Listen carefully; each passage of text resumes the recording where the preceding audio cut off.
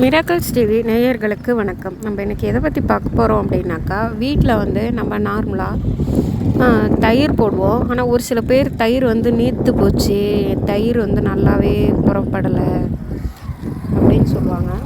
அது வந்து நம்ம எப்படி சரி பண்ணலாம், அது எப்படி செஞ்சால் நமக்கு தயிர் வந்து நல்லா கெட்டியாக கிடைக்கும் அப்படின்னு நம்ம பார்க்கலாம். சரிங்களா? வந்து ஃபஸ்ட்டு பால் எடுத்துக்கோங்க. பால் எடுத்துகிட்டு ஒரு சில்வர் கிண்ணி எடுத்துக்கோங்க. அந்த சில்வர் கிண்ணியில் வந்துட்டு தண்ணி ஊற்றி லைட்டாக அடுப்பில் வச்சு சூடு காட்டுங்க. சூடு காட்டி நல்லா கழுவி எடுத்து கீழே ஊற்றிடுங்க. ஊற்றிட்டு அதுக்கப்புறம் அந்த பாலை வந்து அடுப்புலேருந்து அந்த கிண்ணி கீழே இறக்கி வச்சு அந்த கிண்ணியில் ஊற்றுங்க.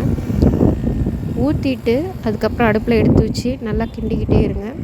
ஃபஸ்ட்டு நல்லா ஹை ஃப்ளேமில் வச்சு நல்லா கொதி வர அளவு நல்லா கிண்டி விடுங்க. கிண்டி விட்டுட்டு லைட்டாவது நமக்கு கொதி கிடைக்கிற அளவு, சரிங்களா, லைட்டாவது நமக்கு கொதிச்சிக்கிட்டே இருக்கணும். அந்த மாதிரி கொதிக்கிற அளவு நமக்கு பால் பொங்கினதுக்கப்புறம் அந்த அளவுலேயே வச்சு பாலை வந்து கிண்டிக்கிட்டே இருங்க. அது நல்லா கொதித்து ஒரு நம்ம ஊற்றிருக்கிற அளவில் வந்து ஒரு 2 இன்ச் கீழே இறங்கினதுக்கப்புறம் அந்த பால் வந்து கம்மியானதுக்கப்புறம் அந்த பாலை வந்து எடுத்து வச்சு ஒரு காட்டன் துணியை வச்சு போட்டு மூடிடுங்க.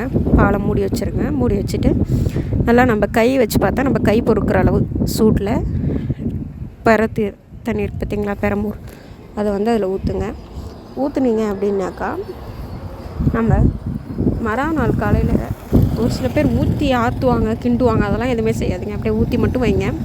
வச்சிங்க அப்படின்னாக்கா நெக்ஸ்ட் டே வந்து நம்ம பார்க்கும்போது அப்படியே கேக் மாதிரி நமக்கு வந்து தயிர் கிடைக்குங்க. ஃப்ரெண்ட்ஸ், கண்டிப்பாக இந்த டிப்ஸ் வந்து யூஸ் பண்ணி பாருங்கள். நல்ல டிப்ஸாக இருக்கும்னு நினைக்கிறேன். கண்டிப்பாக இந்த மாதிரி டிப்ஸை வந்து நான் சொன்ன மாதிரி செஞ்சு பாருங்கள். சரிங்களா? Thank you friends.